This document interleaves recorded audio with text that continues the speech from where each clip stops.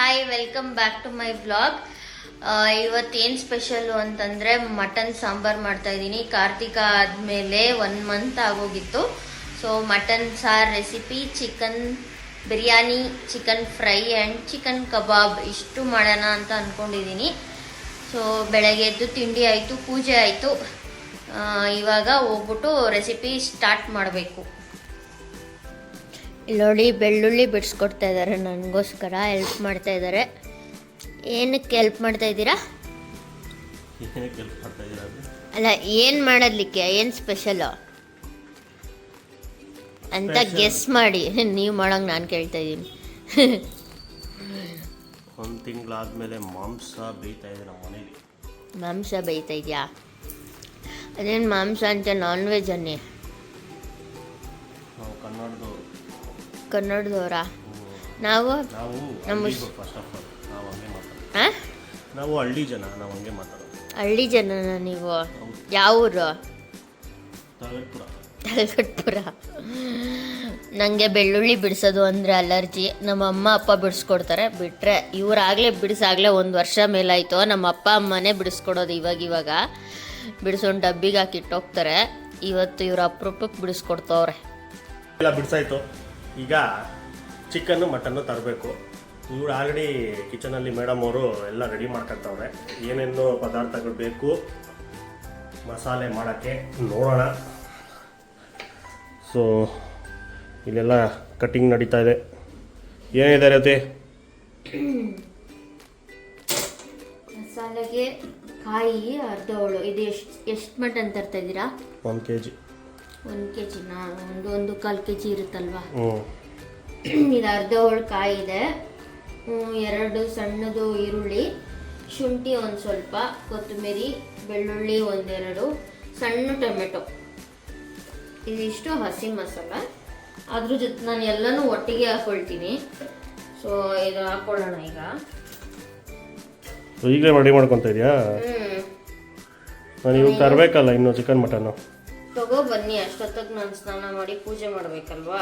So grind ಮಾಡಲ್ಲ, ಇದಕ್ಕೆ ಹಾಕಿಟ್ಟಿರ್ತೀನಿ ನೀವು ಬರೋಷ್ಟರಲ್ಲಿ. ಇವಾಗ ಇಷ್ಟು ಹಾಕ್ಕೊಂಡು ಇದಕ್ಕೆ ಚಕ್ಕೆ ಮತ್ತು 2 ಏಲಕ್ಕಿ, ಒಂದು 3-4 ಲವಂಗ ಹಾಕೋತಾ ಇದ್ದೀನಿ. ಪೌಡರ್ಗಳು ಹಾಕೊಂಬಿಟ್ಟು ಇದಕ್ಕೇನೆ. ಸೊ 1 ಸ್ಪೂನ್ ಖಾರದ ಪುಡಿ. ಖಾರ ನಿಮ್ಗೆ ಎಷ್ಟು ಬೇಕಾಗುತ್ತೋ ನೋಡ್ಕೊಂಡು ಅಷ್ಟು ಹಾಕ್ಕೊಳ್ಳಿ.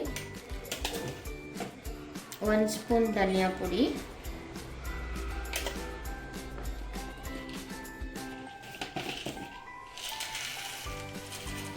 ಇಷ್ಟು ಹುರ್ಗಡ್ಲೆ,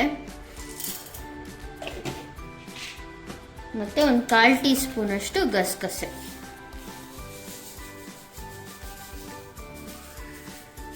ಇಷ್ಟು ಗ್ರೈಂಡ್ ಮಾಡ್ಕೊಳ್ಬೇಕು ಪೇಸ್ಟಾಗಿ, ಸಣ್ಣ ಪೇಸ್ಟಾಗಿ. ಸಣ್ಣ ಪೇಸ್ಟ್ ಅಂದರೆ ನುಣ್ಣಗೆ. ಮಟನ್ ವಾಶ್ ಮಾಡ್ತಾ ಇದ್ದಾರೆ ಇವಾಗ. ನನ್ನ ಲೈಫಲ್ಲಿ ನಾನು ಮಟನ್ನೇ ಮುಟ್ಟಿಲ್ಲ. ಹೇಳ್ರಿ, ಅಲ್ಲಿ ಮುಳೆ ಯಪ್ಪೋ ಅದೆಲ್ಲ ನೋಡೋ ನಂಗೆ ಭಯ ಆಗುತ್ತೆ. ಸಾಂಬಾರಿಗೆ ಚೆನ್ನಾಗಿರುತ್ತಾ ಅದು?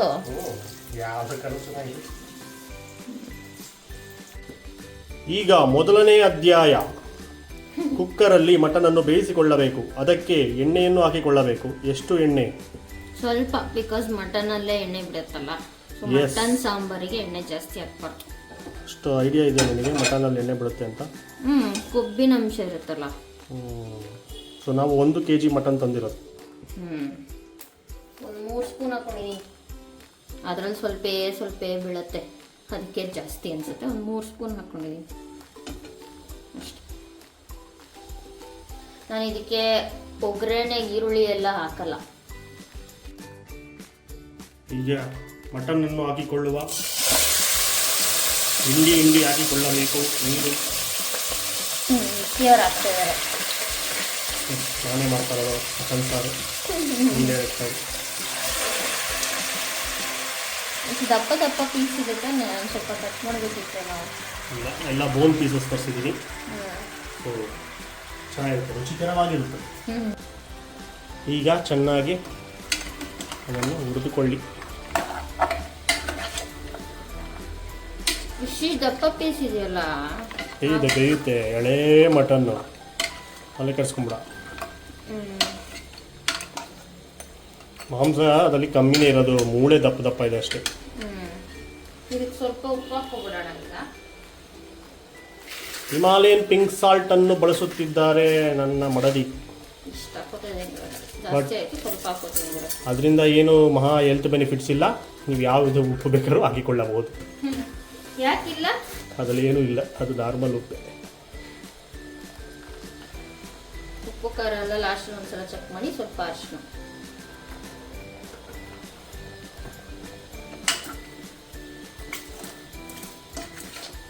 ಹಿಮಾಲಯನ್ ಪಿಂಕ್ ಸಾಲ್ಟ್ ಎಲ್ಲಿ ತಯಾರಾಗುತ್ತೆ ಗೊತ್ತಾ ರೀತಿ? ಗೊತ್ತಿಲ್ಲ. ಸಾಲ್ಟ್ ಎಲ್ಲ ಎಲ್ಲಿ ತಯಾರಾಗುತ್ತೋ ಅದು. ಹಿಮಾಲಯನ್ ಪಿಂಕ್ ಸಾಲ್ಟ್ ಎಲ್ಲಿ ಬರುತ್ತೆ, ಎಲ್ಲಿಂದ ಬರುತ್ತೆ? ಹಿಮಾಲಯದಿಂದ. ಅದೇ ಮೂಢನಂಬಿಕೆ ಎಲ್ಲರಿಗೂ ಇರೋದು. ಅದು ತಯಾರಾಗೋದು ಪಾಕಿಸ್ತಾನಿಂದ. ಓ, ಪ್ರಪಂಚದ ಮತ್ತೆ ಪಾಕಿಸ್ತಾನವ್ರು ಯಾಕೆ ಹಿಮಾಲಯ ಅಂತ ಹೆಸರಿಟ್ಟವ್ರೆ? ಹೋಗ್ತಾನೆ ಅವ್ರಿಗೆ. ಸ್ವಲ್ಪ ಇವಾಗ ಇದನ್ನ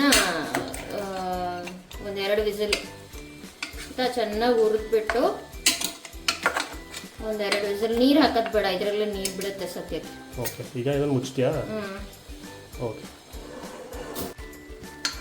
ನೋಡಿ ನೀರು ಬಿಡ್ತಾ ಇದೆ.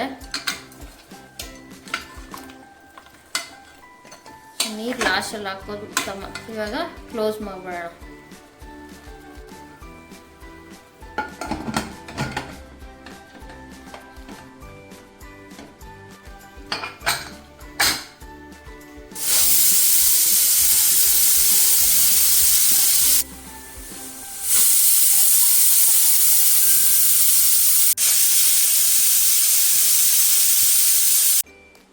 ಓಪನ್ ಮಾಡಿ. ಕುಲ್ಜಾ ಸಿಮ್ ಸಿಮ್ ಮಟನ್ ಒಂದು 4 ವಿಸಿಲ್ ಹಾಕ್ಕೊಂಡಿದ್ದೀವಿ. ಅಷ್ಟು ಬಂಗಾರದಂಗೆ ಕಾಣಿಸ್ತಾ ಇದೆ. ಬಂಗಾರ ಇಷ್ಟೇ ಆಯ್ತು ಮಟನ್. ಇನ್ನೇನು ಎಲ್ಲ ಕರ್ಗೋಗುತ್ತೆ. ಬರೀ ಮೂಳೆ ಐತೆ. ಅದಕ್ಕೆ ಹೇಳಿ ದಪ್ಪ ದಪ್ಪ ದಪ್ಪ ಅಂದಲ್ಲ. ಬರೀ ಮೂಳೆ ಮಟನ್ ತಗೊಂಡಿದ್ದೀರಾ? ಚೆನ್ನಾಗಿರುತ್ತೆ ನೋಡು. ಓ, ಹೆಂಗ್ ಬಿಟ್ಕೊಂಡು ಚರ್ಬಿ ಎಲ್ಲ ಕರಗಿ, ನೀರೊಂದು ತೊಟ್ಟು ಹಾಕಿಲ್ಲ, ಅದೇ ನೀರು ಬಿಡ್ಕೊಂಡು ಚರ್ಬಿ ಎಲ್ಲ ಕರಗಿ ನಲ್ಲಿ ಮೂಳೆ. ಬಾಯಲ್ಲಿ ಆಗಲಿ ನೀರು ತರಿಸ್ಕೊತಾ ಇದ್ದೀರಾ. ಮಸಾಲೆ ರೆಡಿ ಮಾಡಿ ಇಟ್ಕೊಂಡಿದ್ವಲ್ಲ, ಅದನ್ನ ಇವಾಗ ಇದ್ರೊಳಗೆ ಹಾಕೋಣ. ಈ ಥರ ನುಣ್ಣಗೆ ರುಬ್ಕೋಬೇಕು. ಸೊ ಈಗ ಇದನ್ನು ಮಟನ್ಗೆ ಹಾಕಿ.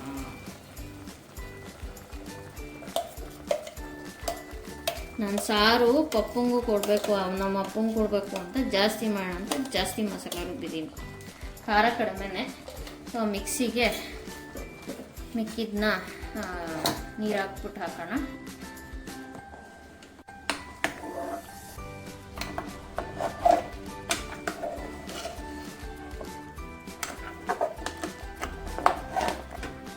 ನಾನು ಮಸಾಲ ಹುರಿದಿಲ್ಲ, ನಾನು ಹುರಿದು ಮಾಡ್ತಿಲ್ಲ, ಎಲ್ಲ ಹಸಿ ಮಸಾಲೆ ಹಾಕಿರೋದು.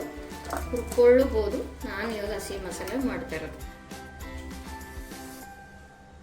ಸೊ ಅರಿಶಿನ ಒಂದು ಸ್ವಲ್ಪ ಕುದ್ಮೇಲೆ, ವಿಸಲ್ ಹಾಕ್ಸೋಕ್ಕಿಂತ ಮುಂಚೆ ಕುದ್ಮೇಲೆ ಉಪ್ಪು ಖಾರ ಏನಾದರೂ ಬೇಕು ಅಂತಂದರೆ ಚೆಕ್ ಮಾಡ್ಕೊಳ್ಳಿ. ನಾನು ಇವಾಗ ಸ್ವಲ್ಪ ಇದಕ್ಕೆ ಅಂಗಡಿದು ಮಟನ್ ಮಸಾಲ ಹಾಕ್ತೀನಿ. ಎಷ್ಟು ಹಾಕ್ತೀನಿ ಅಂತ ನೋಡಿ.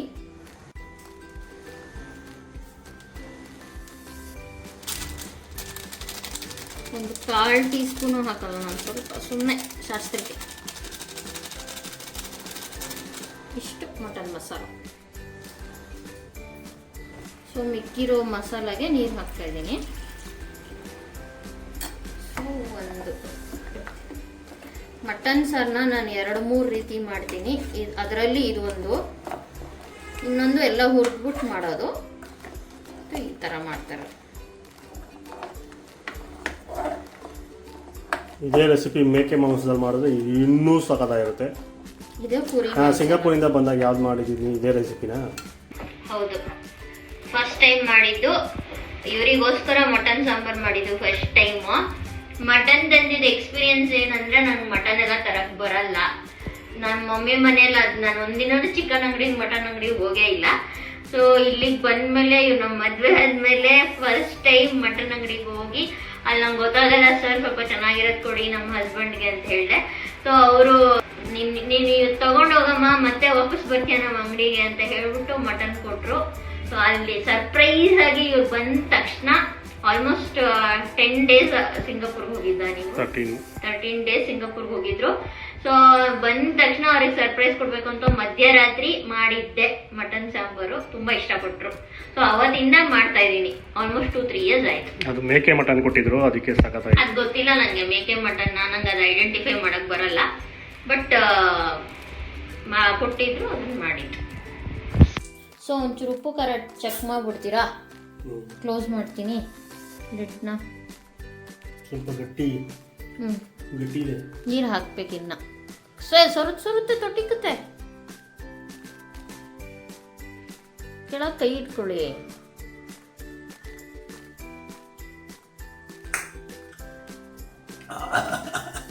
ಖಾರನಾ?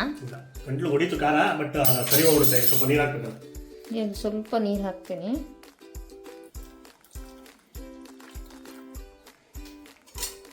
ವಿಸಲ್ ಆದ್ಮೇಲೆ ಕೂಡ ಚೆಕ್ ಮಾಡ್ಕೊಂಡು ನೀರು ಹಾಕೋಬೋದು ಲಾಸ್ಟಲ್ಲಿ. ಇವಾಗ ವಿಸಲ್ ಆದ ತಕ್ಷಣ ಇನ್ನೂ ಗಟ್ಟಿ ಆಗುತ್ತೆ ಸರ್.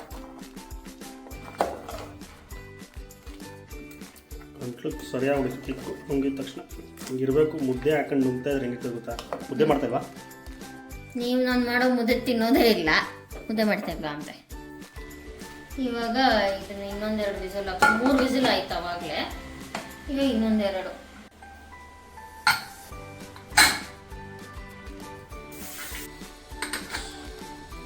ಎಷ್ಟು ವಿಸಿಲ್ ಆಯ್ತು ರಾತ್ರಿ? 3 ವಿಸಿಲ್ ಮತ್ತೆ. So totally 6. ಗಟ್ಟಿಯಾಗ್ಬಿಟ್ಟಿದೆ ವಿಕ್ಕಿಗೆ. ಸ್ವಲ್ಪ ನೀರು ಹಾಕಬಹುದು. ಓ ಮೇಲ್ಗಡೆ ನೋಡು ತೇಲ್ತಾ ಇರೋದು ತುಪ್ಪ.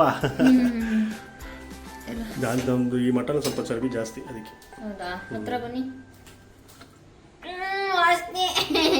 ಹಂಗೆಲ್ಲ ಅನ್ಬಾರ್ದು. ವಾಸನೆ ಮಟನ್ ಸಾರು ಸಾಕು. ತಿಳಿ ಅನ್ಸುತ್ತೆ.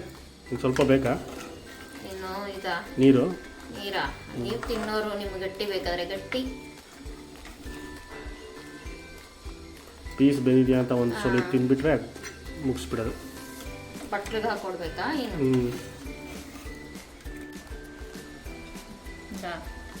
ಚಿಕ್ಕದು ಒಂದು ಬೋನ್ಲೆಸ್ ಪೀಸ್ ಹಾಕ್ಕೊಡಿ. ಸಾರೆಲ್ಲ ಬೇಡ, ಬರೀ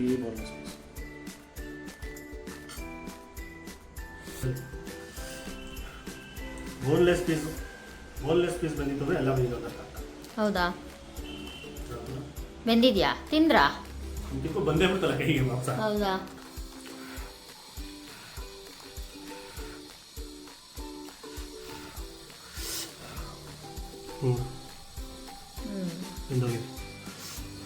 ಉಪ್ಪು ಖಾರ ಹಿಡ್ದಿದ್ಯಾ?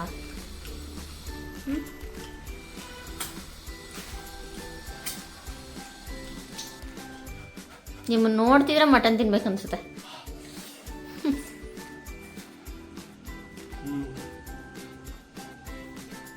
ಚೆನ್ನಾಯ್ತಾ? ಬಿಸಿ. ಪರ್ಫೆಕ್ಟ್. ಅಲ್ಲೇ ಸಕ್ಕ ಸ್ಟ್ರಾಂಗ್ ಇತ್ತು ಮಸಾಲೆ ಅಂತ ಹೇಳಿದ್ನಲ್ಲ, ಈಗ ಅದು ಕರೆಕ್ಟ್ ಆಗಿದೆ. ನೀರೇನು ಹಾಕೋದು ಬೇಡವಾ? ಬೇಡ, ಸ್ವಲ್ಪ ಹಾಕಿದ್ರೆ ತೆಳುವಾಗ್ಬಿಡುತ್ತೆ ಮಸಾಲೆ.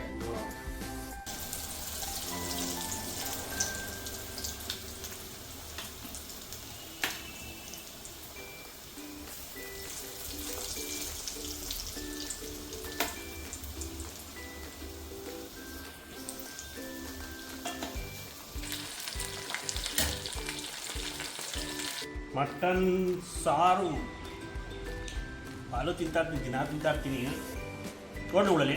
ಬಟ್ ಮನೇಲಿ ತಿನ್ನೋದೇ ಅದು ಬೇರೆ. 1 ತಿಂಗಳಾಗಿತ್ತು ನಮ್ಮ ಮನೇಲಿ ಮಾಡಿಸಿ. ಸೊ ಈಗ ಅಲ್ಲಿ ಮುಳೆ ಎತ್ಕೊಳ್ಳೋಣ. ಒಂದು ಬೋನ್ಲೆಸ್ ಪೀಸು, ಇನ್ನೊಂದು ಪೀಸು ಗಟ್ಟಿ ಇತ್ತು ಅಂತ ನೀರು ಹಾಕ್ಕೊಂಡ್ವಿ. ಬಟ್ ಆದ್ರೂ ಇನ್ನೂ ಸ್ವಲ್ಪ ಹಂಗೆ ಗಟ್ಟಿ ಇದೆ. ಇನ್ನು ಸ್ವಲ್ಪ ನೀರು ಹಾಕೊಂಡು ಕುದಿಸಿದ್ರೆ ಸೆಟ್ ಆಗ್ಬಿಡುತ್ತೆ. ಇದು ಯಾಕಂದರೆ ಚರ್ಬಿ ಜಾಸ್ತಿ ಅಲ್ಲ, ಅದು ಬಿಟ್ಟಷ್ಟು ಅದು ಮತ್ತೆ ಗಟ್ಟಿ ಆಗ್ತಾ ಇರುತ್ತೆ. ಫಸ್ಟು ಜಾಸ್ತಿ ಮಟನ್ ಸಾಂಬಾರು ಒಬ್ಬರು ತೆಳ್ಳಗೂ ಮಾಡ್ತಾರೆ, ಊರ ಕಡೆ ಎಲ್ಲ ತೆಳ್ಳಗೆ ಮಾಡೋದು ಅದು ಟೇಸ್ಟ್ ಇರುತ್ತೆ, ಅದು ಸೂಪರ್ ಆಗಿರುತ್ತೆ. ನಮಗೆ ಸ್ವಲ್ಪ ಗಟ್ಟಿ ಇದ್ರೂ ಇಷ್ಟ, ಹೆಂಗಿದ್ರು ತಿಂತೀನಿ, ನಮಗೆ ಇಲ್ಲ ಮಾಂಸ ಇಂಪಾರ್ಟೆಂಟ್, ಗಟ್ಟಿ